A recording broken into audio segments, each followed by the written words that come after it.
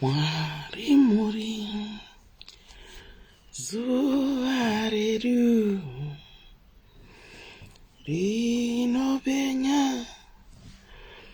rinobenya pa uzuru asi mweya ungaone paunozo famba napo. Aiwa Mwari muri nhovo yedu,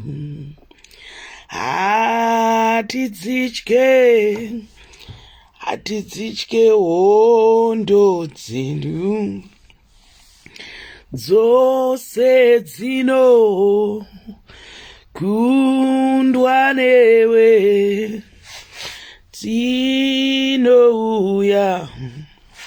nerufaro. Aiwa munotipa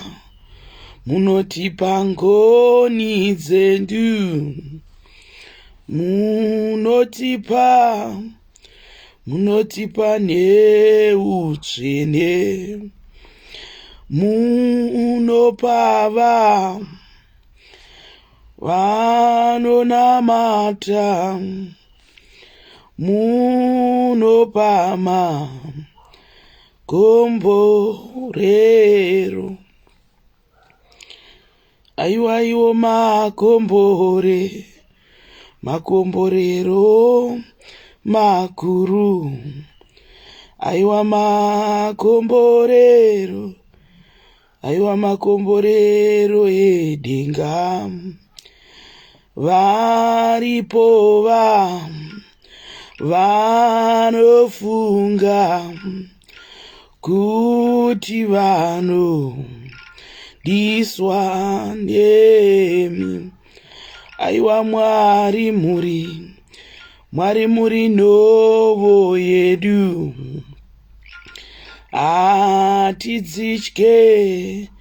hatidzitye hondo dzenyu dzose dzinokundwa nemi mangwanani ano, tinouya nerufaro. Aiwa munotipa ngoni dzenyu, aiwa munotipa. Hello my brother Billy, nice to see you here. I'm Yoko Zimbabwe. I've got my page. Mercy, how are you? Pamela, how are you? Evie, how are you? SIS Melly's Diaries, good morning. Welcome to the platform. Aiwa munotipa. Lillian Duncan, good morning. Munotipa ngoni dzedu. Pandinofarira inini ndepekuti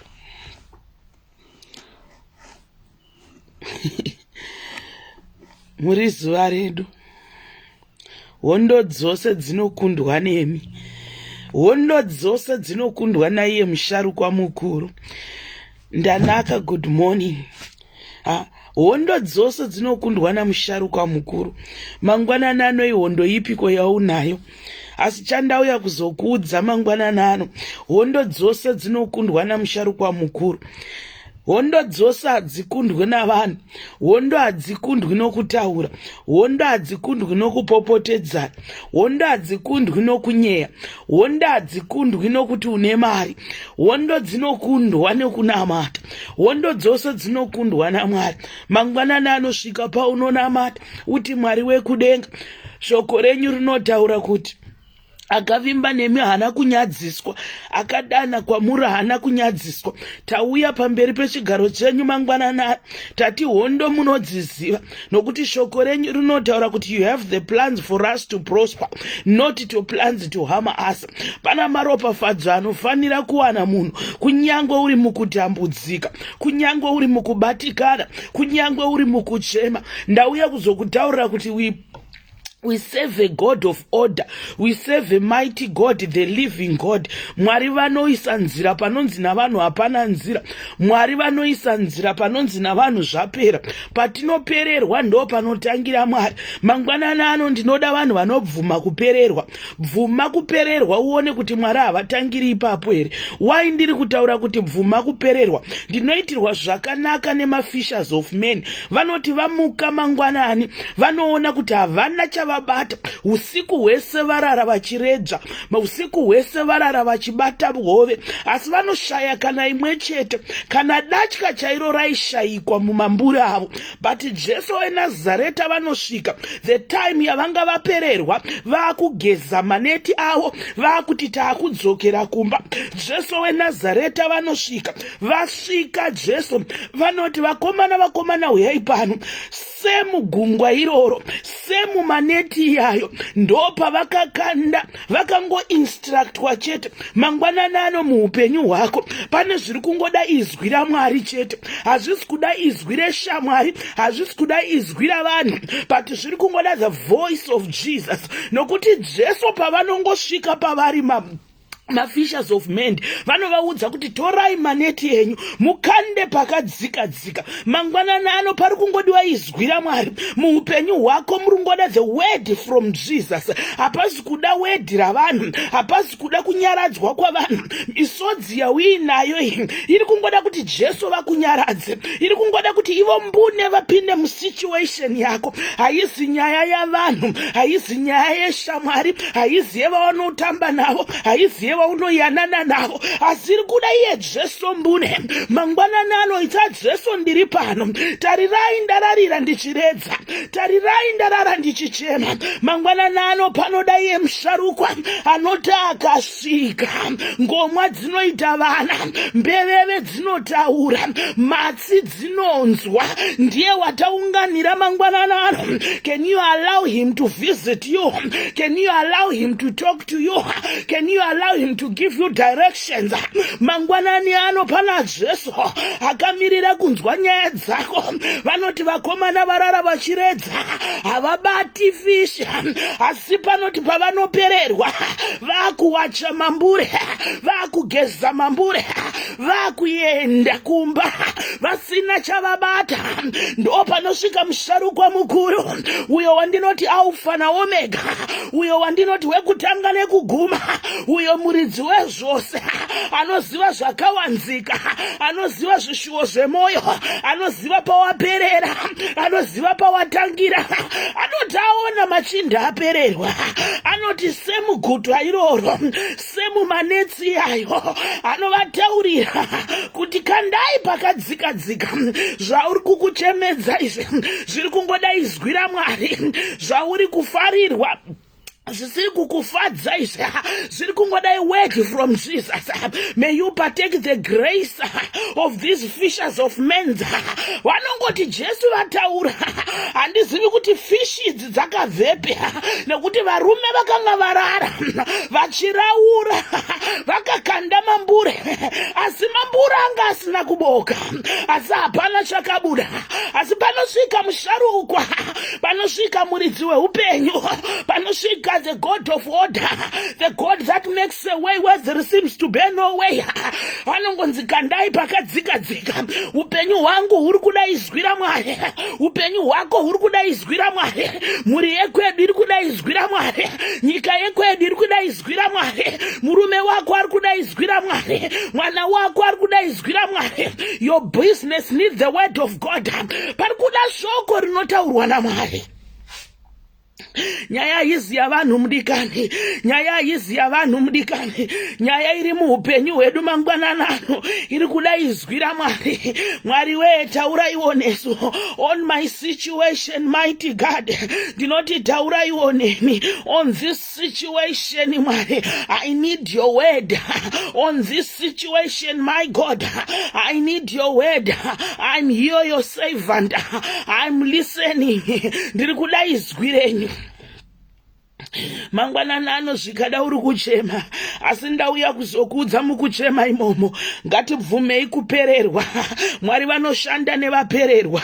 Mwari vanoshanda nevapererwa. Kana uchiri kugona kukiyakiya, aiwa kiyakiya hako, asi chandinoziva Mwari wandinonamata anoshanda nevapererwa. Vanoti I surrender all unto you. I surrender all unto you. Empty-handed but alive in you. Mwari vanoshanda nevapererwa. Vhuma kupererwa mudikani. Vhuma kupererwa mudikani. Uone kuti Mwari havatauri newe here. Vhuma kugeza mambure. Sezvakaita mafishers of men vakabvuma kuti isu tatadza kuraura. Mangwanani ano pana anofanira kubvuma kuti ndapererwa. Ini ndazvikoniwa izvi. Uone kuti izwi raMwari hariuye here. Uone kuti Jesu havasvike here musituation yako. Nokuti mafishers of men vanga vakutogeza mambure, vakutorongedza mambure, vakuti takuenda. Ndo pavanosvika zvavo Jesu. Yako iri kungoda izwi raJesu. Yangu iri kungoda izwi raJesu. Haisi kuda izwi ravanhu. Haisi kuda mari dzavanhu. Haisi kuda kunyaradzwa kunobva kuvanhu. Iri kungoda izwi raJesu. Bvuma kupererwa mangwanani ano. I surrender all unto you. Empty-handed but alive in you. Pari kudiwa vakapererwa mangwanani ano. Pari kudiwa vari kubvuma kuti ndapererwa. Ndo vari kudiwa mangwanani ano.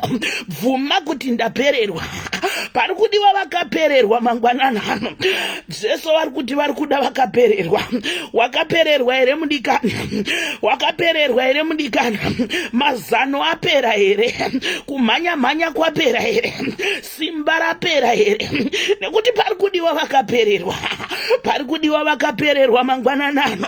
Pari kudiwa vakapererwa mangwanani ano. Wapererwa here mudikani? Aiwa kana wapererwa, aiwa vari kusvika kwauri. Chingoti I surrender all unto you. Empty-handed but alive in you. I surrender all unto you. Empty-handed but all alive in you. Ndo vari kudiwa vakapererwa. Itirwa zvakanaka mangwanani ano. Maneti vanoti vamageza, vakumarongedza maneti. Aiwa kaMwari wekudenga, muchinda werugara anosvika, anobvunza kuti ko nhai boys zviri kufamba seiko, ko fishi dziripi? Boys dzinoti hatina kumbobata kana imwe chete. Saka kutowacha maneti uko kuratidza kuti boys dzapererwa. Mangwanani ano Jesu vari kuda vakapererwa. Mangwanani ano Jesu vari kuda vakapererwa. Bvuma kuti ndapererwa. Uone kuti musharukwa mukuru hainterview here. Ari kuda vakapererwa. Wakapererwa here mudikani? Takapererwa here mudikani? Mangwanani ano Jesu vari kuda kudhila nevakapererwa. Ndo vari kuda kudhila navo. Vakapererwa. Vakapererwa ndo vari kuda kutanga navo. Nekuti zvinonzi anosvika ava mangwanani. Mangwanani ano Jesu vari kudhila nevakakorerwa. Vakapererwa mangwanani ano ndo vari kuda kudhiliwa navo. Wakapererwa here mudikani? Wakapererwa here mudikani? Wakapererwa here mudikani? Inzwa izwi raMwari. Jesu anoshanda navakapererwa. Jesu anoshanda navakapererwa. Ndo vari kuda mangwanani ano. Mwari vakuitire zvakanaka. Mwari vakuchengete mangwanani ano. He is a mighty living God. We thank you, Father. We honor your presence. We exalt your name. Mwari vari kuda vanhu vakapererwa mangwanani ano. Vakapererwa nemudikani. Zvikada wakapererwa nemazwi. Zvikada wakapererwa nebasa. Zvikada wakapererwa nerudo. Zvikada wakadisappointwa. Zvikada zvinhu hazvisi kuifamba nemutoo wauri kuda. Asi ndauya kuzokudza mangwanani ano. Mwari anoda vakapererwa. Why ndiri kutaura kuti Mwari vanoda vakapererwa? Anoti aona fishers of men vakutogeza mambure, vakutogeza maneti. Mwari Mwari anovati huyai pano vakomana, anovaudza kuti kandai pakadzika dzika. Chiri kungodiwa muupenyu hwangu newe mangwananani izwi raMwari, izwi raMwari. May God speak to us. May the Lord God speak to me. May the God Lord speak to you. Family yako kuchema kwairi kuita iri kungoda Mwari kuti vape a word. Kubasa kwako kurwadza kwakuri kuita kuri kungoda Mwari kuti vape a word. Murume wako kunetsa kwari kuita zviri kungoda word raMwari. Kurwara kuri kuita nyama dzako, kurwadzirwa kwauri kuitwa nenyama zviri kungoda Jesus to say a word like what he did to fishers of men. Vanga vatopererwa kuti nhaiwe tararira tichiraura asi hatina chatabata, asi Jesu vanoti vachisvika vari busy kugezesa mambure. Mwari anovataurira kuti kandai pakadzika dzika, inondiitira zvakanaka mangwanana ano. God is about to speak to you. Mwari ngavakuitire zvakanaka. Teerera inzwi raMwari riri kuuya muupenyu hwako, riri kuuya muupenyu hwako, riri kuuya muupenyu hwako. Inzwi raMwari riteerere. Vakomana mafishers of men vakangoti vaudzwa kunzi kandai pakadzika dzika, vanoita sekudaro. Mangwanana ano ndinoda kuti utore nyasha dzekugona kuteerera the instruction of God.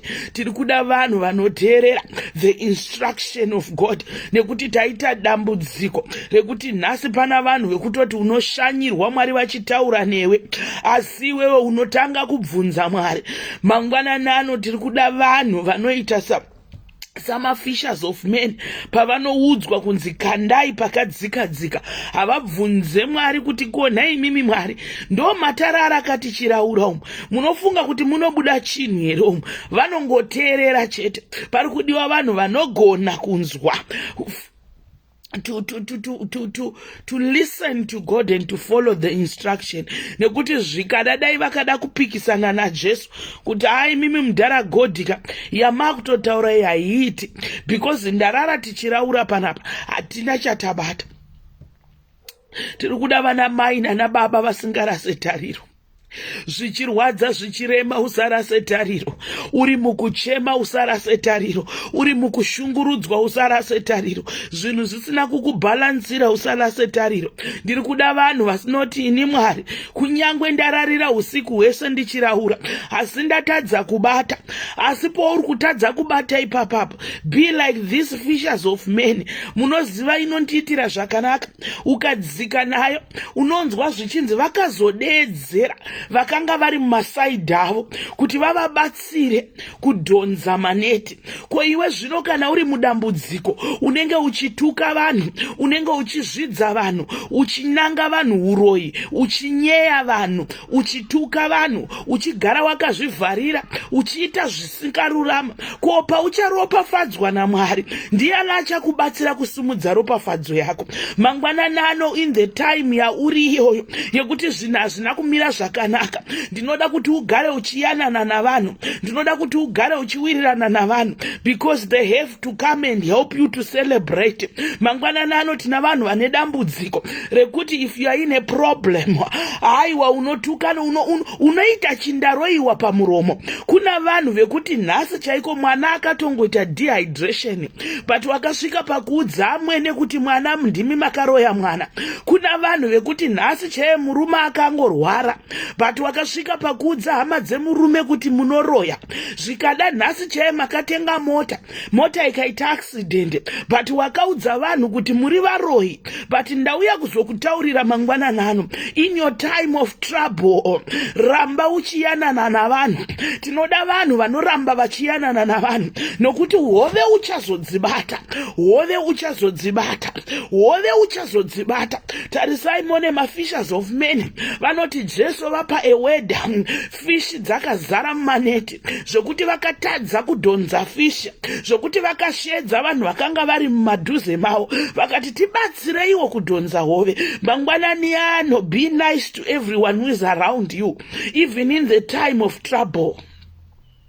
taita vanhu vane dambudziko rekuti kana zvinhu zvisina kukumirira zvakanaka, une chindaroiwa pamuromo, une chindaroiwa pamuromo, unoti vakashata, vanondivenga, havandidi. Pana vanhu vanotaura taura kana vari munguva dzekuchema, havabvumi kutambira situation vakanyarara.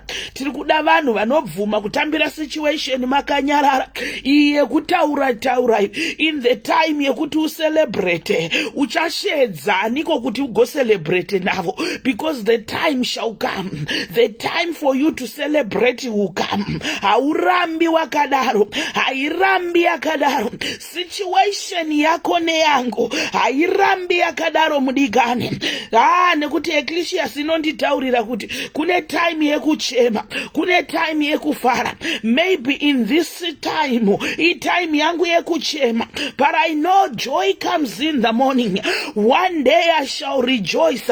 Zvino kana ini ndakati vanhu makandiroya, zvino ini kana ndakatuka vanhu, time yandaichema, ko time yandichava namatestimony, ndiani wandichashedza. Mangwanana ano tinoda kuita savakomana, these fishers of men. Even that time hove padzaisabhatwa, vanga vasinganetsana navanhu, vanga vasingati imimi ndofunga ndimi mune manete akanyanyisa, ibvai ikoko madii kuuya uko. Because kuna vanhu vanoti kana vari mumatambudziko, muromo wavo unogara uchiwawata, vanogara vachiaccuse vanhu, vanogara vachituka vanhu, vanogara vachizvidza vanhu. Asi mangwanana ano ndati Mwari wekudenga, isai matomu pamuromo wangu, isai matomu pamuromo wangu, muromo wangu ngaudzingiswe, nekuti I know one day I will testify, one day I will come with a testimony. Chanetsa mangwanani ano ndechekuti mwana arwara unotanga kunanga vanhu uroyi. Chanetsa mangwanani ano murume aita accident, mukadzi arwara unotanga kunanga vanhu uroyi. Murume adzingwa basa unotanga kunanga vanhu uroyi. Mangwanani ano ramba mweya wakadaro, ramba mweya wakadaro, ramba mweya wakadaro. Taura kuti ini ndichanyarara, ndichiminda my own business. Nekuti ukada kutotarisa my fishers of men vakanetsana those people who are surrounding them. Time yavakazotanga kukwekweta maneti azara nefishi, zvaitadza kuzobuda nekuti vakazobatsirwa, fishi dzawandisa.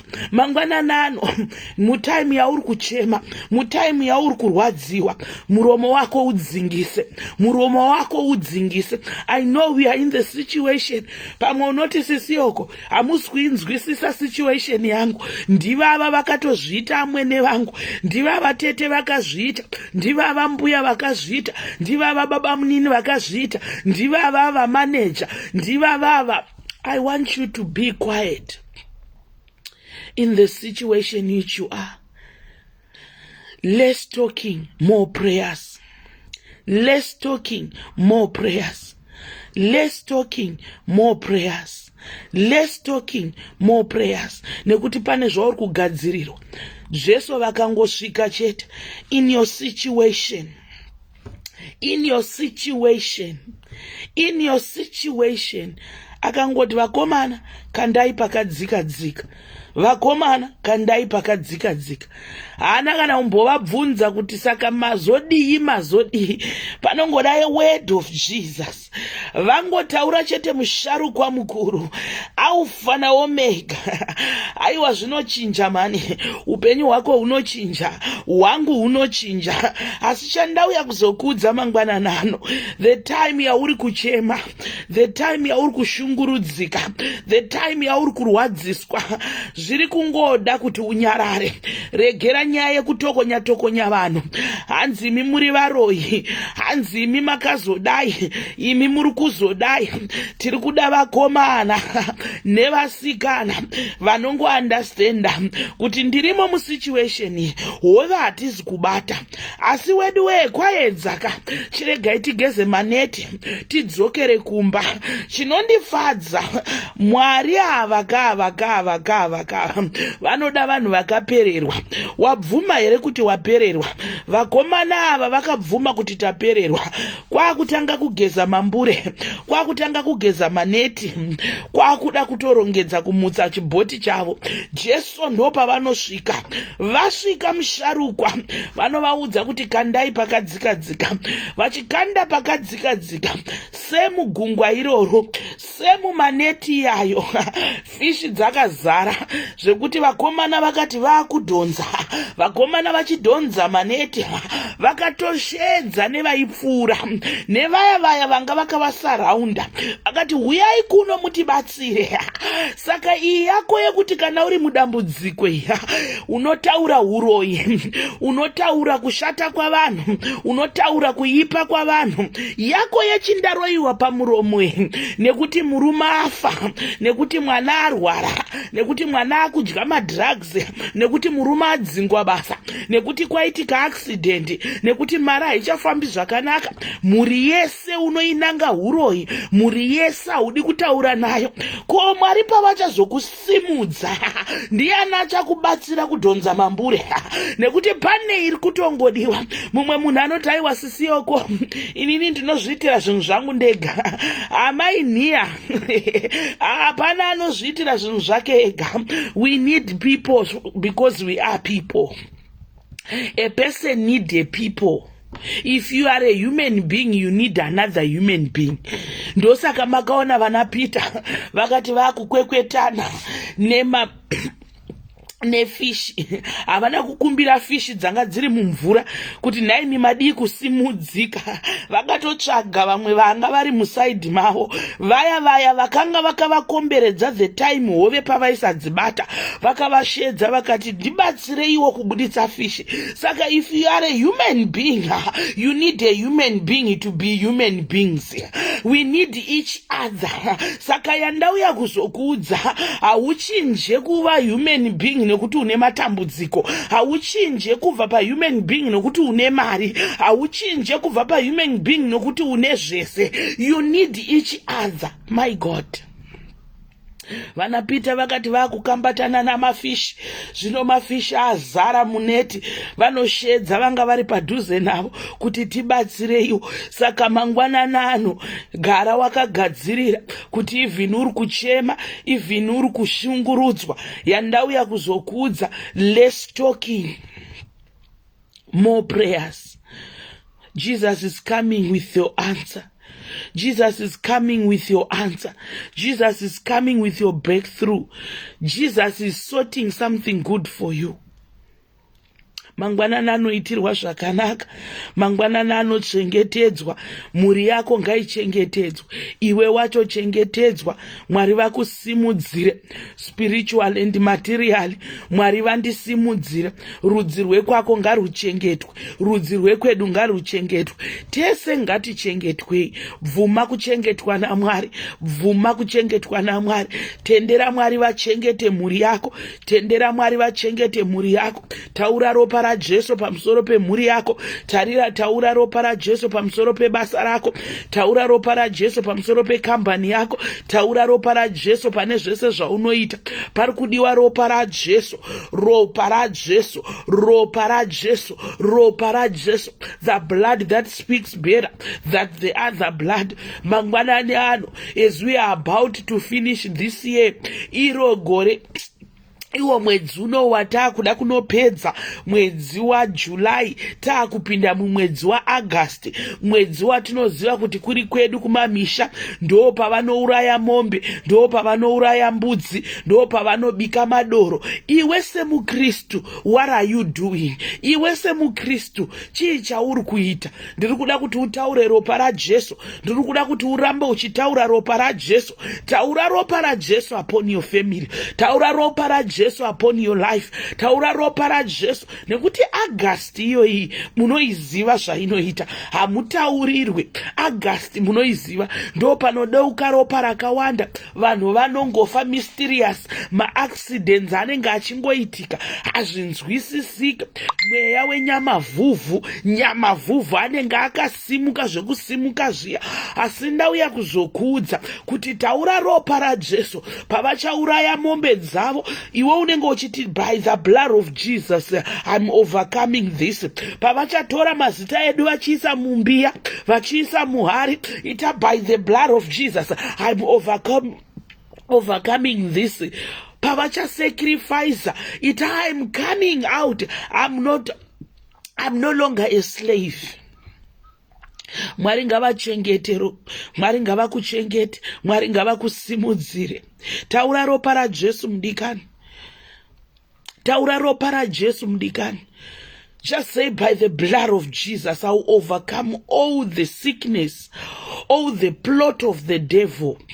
I speak the blood of Jesus. I speak the blood of Jesus. I speak the blood of Jesus. I speak the blood of Jesus upon my family, upon my working place, upon my kids, upon my friends, upon my colleagues, everywhere I speak the blood of Jesus. Nyika yekwedu, I speak the blood of Jesus. In this foreign land, I speak the blood of Jesus. Ropa raJesu ngaritifungamire. Ropa raJesu ngaritichengetedze. Ropa raJesu ngarikurwire.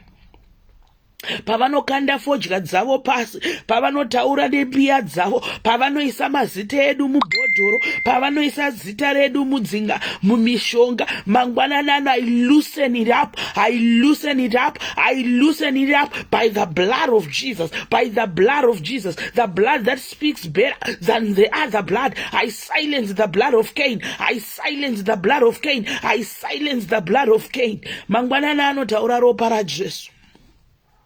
Mangwanana anotaura ropa raJesu. Mangwanana ano paunofamba taura ropa raJesu. Paunonyengetera taura ropa raJesu. Mangwanana anotaura ropa raJesu. The blood that speaks better than the other blood. Hakuna ropa rinotaura kukunda raJesu. Hakuna ropa rinotaura pamusoro peupenyu hwako. Zvinonzi endai munoisa ropa pamagoni. Mangwanana ano surround yourself with the blood.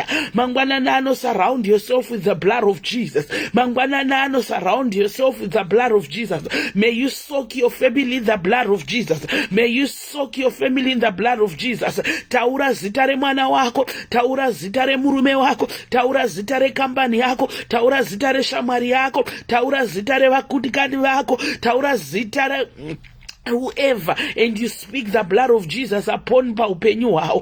Ropa raJesu, ropa raJesu, ropa raJesu, ropa raJesu, ropa raJesu, ropa raJesu. Iro rakadeuka pamuchinjikwa rikati zvapera mangwananano. Ndora ndataura pamusoro pemhuri yekwedu, ndora ndataura pamusoro pemhuri yekwedu, ndora ndataura pamusoro pekereke yekwedu, ndora ndataura pamusoro penyika yekwedu, ndora ndataura muno muSouth Africa. I speak the blood of Jesus. I speak the blood of Jesus. I speak the blood of Jesus. I speak the blood of Jesus. I speak the blood of Jesus. I speak the blood of Jesus.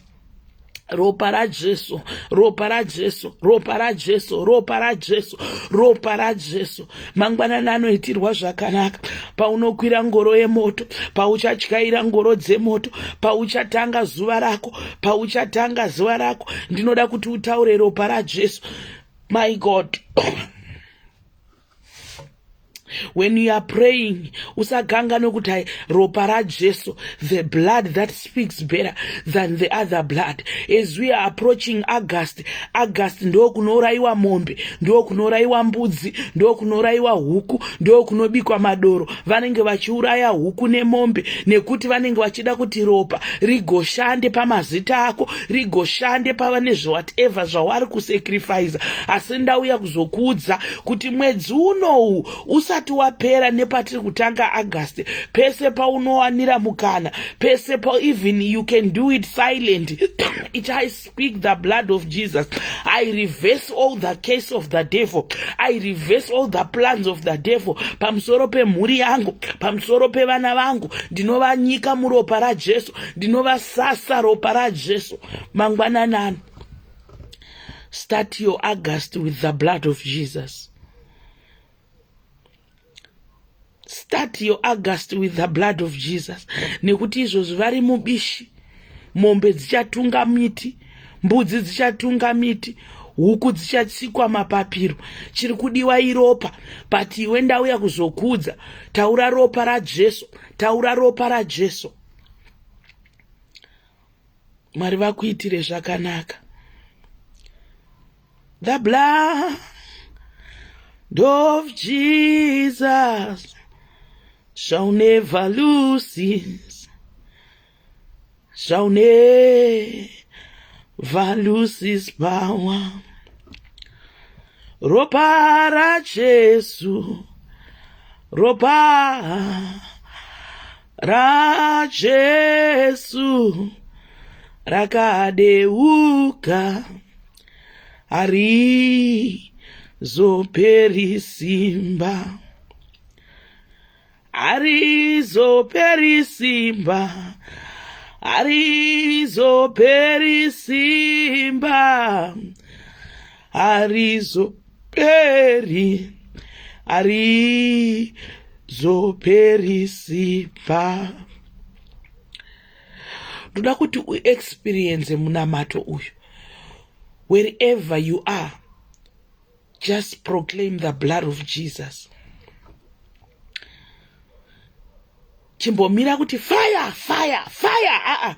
This time to know about the blood of Jesus. I speak the blood of Jesus.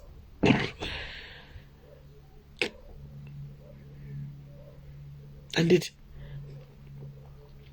this time chimbomira yeye kuti fire, fire, fire. Chimbotaura the blood of Jesus shall never lose its, shall never lose its power. Ropa ra Jesu, ropa ra Jesu, harizoperi. Just imagine kana mbuya nehanda vachinzi vakafa vachitaura kuti tinoitora sei nyika, hanzi vakati tora gidi tizvitonge. Paipai chakakonzeresa kunzi unotowanzwa ma-ex-combatant achiimba kuti ndeyeropa baba, nyika ino ndeyeropa yema. Vanotoona kuti Zimbabwe iri kunzi ndeyeropa. Saka vanenge vachitotaura kuti ropa ndo runoita kuti zvinhu zvifambe. Saka tingakundwe here nevanhu ivavo. Ndiri kuda kuti nhasi kana wakatengwa neropa raJesu uve nemunamato wekuti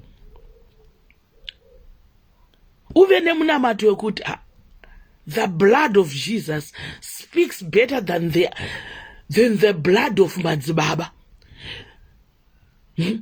Ropa raJesu rinotaura kudarika ropa remadzibaba. Vanhu vaMwari ropa, panodeuka ropa pakaipa, panodeuka ropa pane sacrifice inotyisa.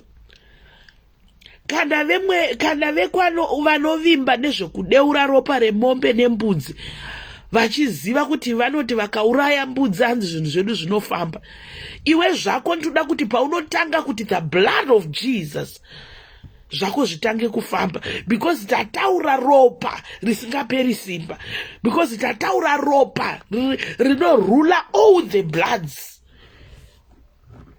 Ndora ndoda kuti utaure muupenyu hwako. Ndoda kuti kubva nhasi, if you are praying, speak the blood of Jesus. In every situation, speak the blood of Jesus. When you are crying, speak the blood of Jesus. Murume anetsa, speak the blood of Jesus. Pabasa pari kurwadza, speak the blood of Jesus. Mwana anetsa, speak the blood of Jesus. Utano huri kunetsa, speak the blood of Jesus.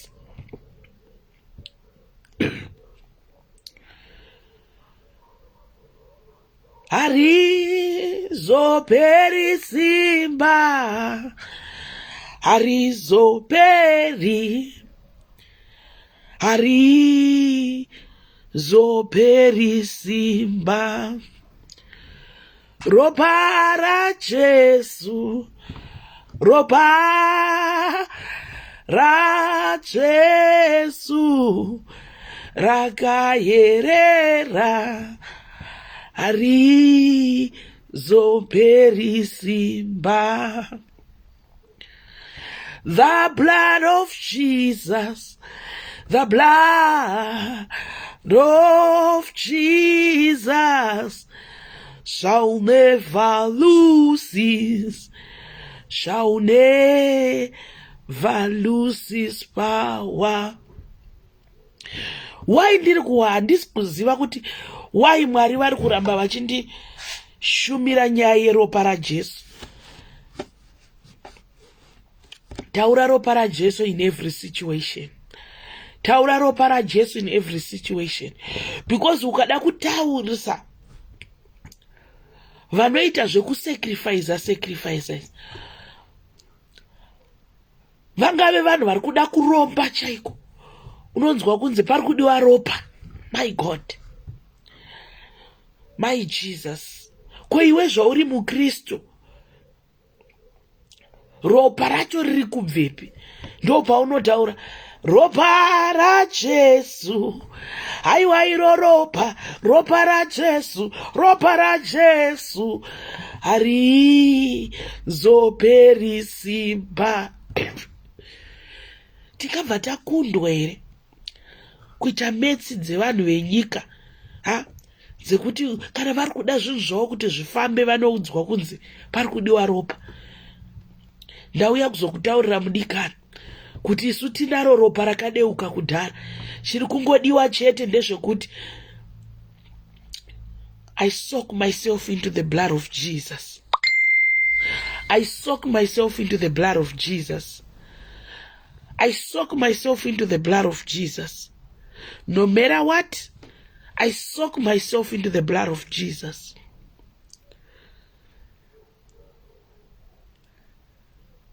Muri yako inyike muropa raJesu.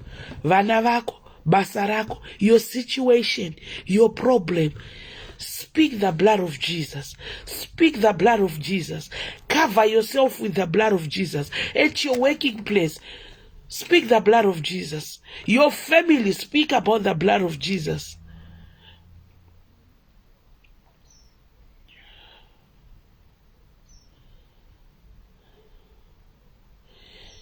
Mune simba rinoshamisa muropa.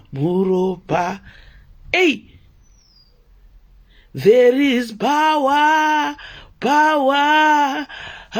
working in the blood of Lamb. Mukunzwa ropa iroro rinoshamisa. From today, you want to speak the blood of Jesus. Be blessed, everyone. I'm Yoko Zunawe, Zimbabwe. Thank you so much, SIS MELLY, and the team behind for allowing me to come and preach SIS MELLY's diaries. I'm Yoko Zunawe, Zimbabwe. Mwari vakuitirei zvakanaka. Mwari vakuchengetei. Ndine page rangu rakanzi Yoko Zunawe, Zimbabwe. Please come and follow my page. I'm not a pastor, I'm not an evangelist, I'm not a prophetess, but I'm a child of God. Anotowa akaverenga shoko raMwari rinozara mukati memoyo wangu. Ndonzwa kuda kushumira. Mwari vachingotisimudzira tese inini newe. We are the vessel of God. We are the vessel of God. We are the vessels of God. Tendera Mwari vakushandise. Tendera Mwari vakushandise. Bvuma Mwari vakushandise. Mwari vanoshandisa munhu wese. Asi zvinongoda kungoti iwe ubvume, ini ndibvume. Mwari vakuitirei zvakanaka. Mwari vakurwirei spiritually and materially. Muri yenyu ngaichengetwe. Muri yenyu ngaichengetwe. We give you all the glory. We worship you, Almighty God. We honor your presence. Mazvita Jesu, mazvita Mweya Mutsvene.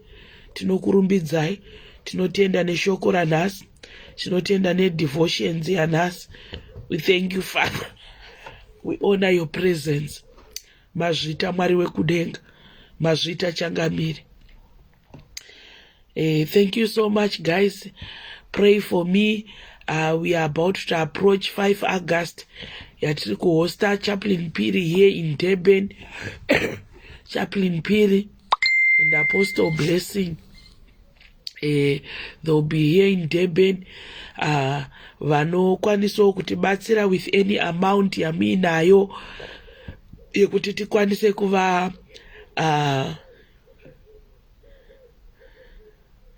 thank you so much. Thank you so much. Yeah, because a lot of people, they come vachinditi uri mufundisi here. Thank you so much, Chiedza.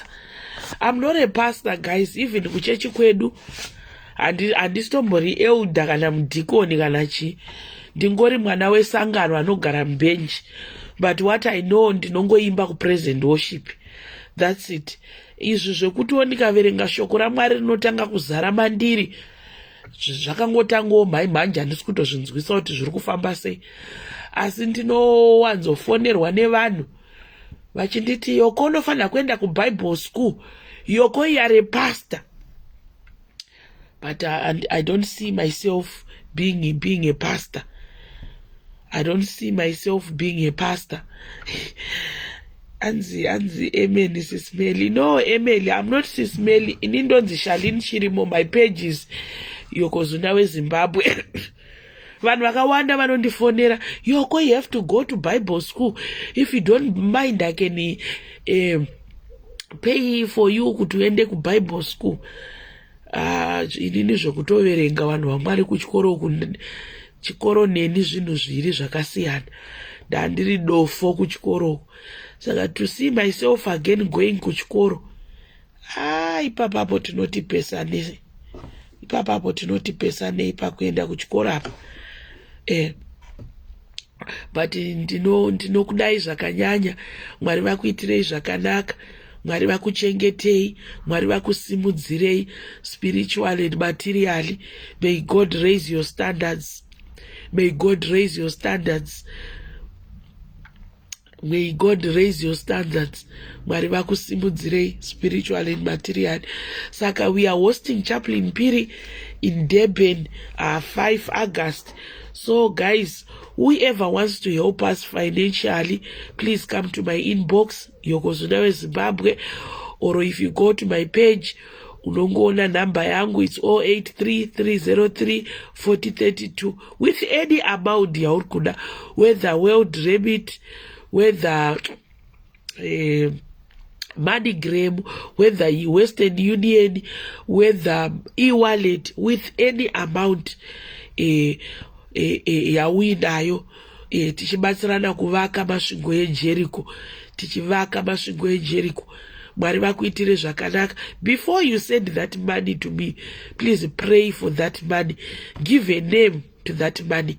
Give it a name. Itakuti Mwari mari iyi yandiri kuda kuti inobate basa renyu kuDurban. Ndiri kuda kuti mundibatsirire chakati. I know after this conference we are going to have a lot of testimony. And when I was praying about destiny helpers, Mwari vakandiudza kuti ndichakumutsira destiny helpers avo ivo Mwari.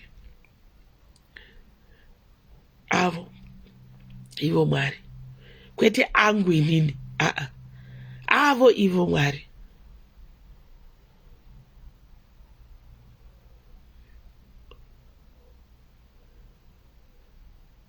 Thank you so much, Emily. Any amount yawinayo, any amount, so that will build. Unoziva, handipuri kuona mazuva ano ndikuti ndikada kuya ndichiparidza ndikuda kuita unge ndikuda kukosora, unge ndikubata izwi, unge ndikuda kudi. Handisi kuziva kuti chichikuitika. Because why? Durban irida kurangarirwa. Handisi kuti muno muDurban mamusina vanhu vaMwari. Vanhu vaMwari vakatozara muno muDurban. But munoziva here kuti every situation yako ine destiny helper inobva kuna Mwari. Kune munhu anenge ane grace idzodzo. That's why uchiona kuti pane munhu wekuti unochinja mapasta wachinjazve. Handiti? kana ari masidzi uchinobvisa masidzi wabvisazve, but situation yako ichiramba yakadaro, but wozongoti nerimwe zuva wozongosangana neumwe munhu waMwari, then okunamatira wotobva ikoko watopora. Why? Ndiye anga ane grace ye-breakthrough yako. So most of the time, that's why I encourage people, if the spirit of discernment in you, if you have a spirit of discernment in you, God will take you far. Haudhumiri. Izvozvo pane umwe munhu wekuti akatokwira ndege kana kuti akakwira bhazi, akanzwa kuti kune muprofita wekupi kuZimbabwe uko kana kuNigeria, akanobhadhara makutukutu emari ikoko, asi problem yake harina kupera. Kwete kuti munhu waMwari yeye haana mate, asi chaitika ndechekuti haana anointing yekupedza problem yako iwewe. Iyeye waakabatsira iyeye zvikapera, anga akaanointirwa izvozvo. Anomaona. Saka unofanira kuva uri mutendi anonamata kuti Mwari ndibatsirei ndive the spirit of discernment. Ende Mwari ndibatsirei kuti ndigone kusangana the right destiny helper. Munoziva musi uya ndakaparidza nyaya yaNamani. Namani akatoudzwa kunzi kuguta kweduko zvemaperembudzi enyu zvinopera izvi. Asi Namani on his way going kunobatsirwa, akatombotanga aenda kunoapproacha the wrong person. Wrong person iyoyo ikatsamwa ikabvarura hembe ikati iruda kutorowana naNamani, uruda kutorwa neni Namani. Saka sometimes kune kumwe kunhu kwaunoenda kwaunodirect, but wobva waenda ndikoko kwauri zveshuwa ndo kwazvinoitwa, asi waenda to the wrong platform, waenda to the wrong person, waenda kune munhu asingagoni izvozvo.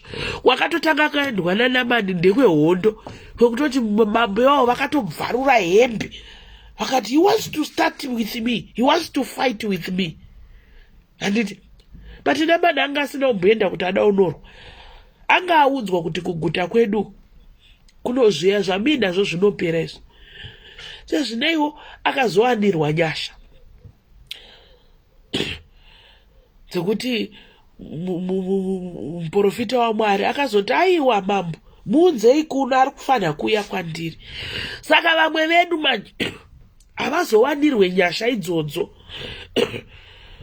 dzekuti watenderera uchitsvaga deliverance, uchitsvaga kuporeswa, uchitsvaga breakthrough. Watadza kuwanirwa nyasha dzakaitirirwa Namani dzekuti aenda to a wrong person. Zvinozonzwikwa kune munhu waMwari kuti no, muunzei kuno ari kuuya kwandiri. Vamwe tinongosvika pakufa nyasha dzaNamani idzodzo dzisina kukuloketawo.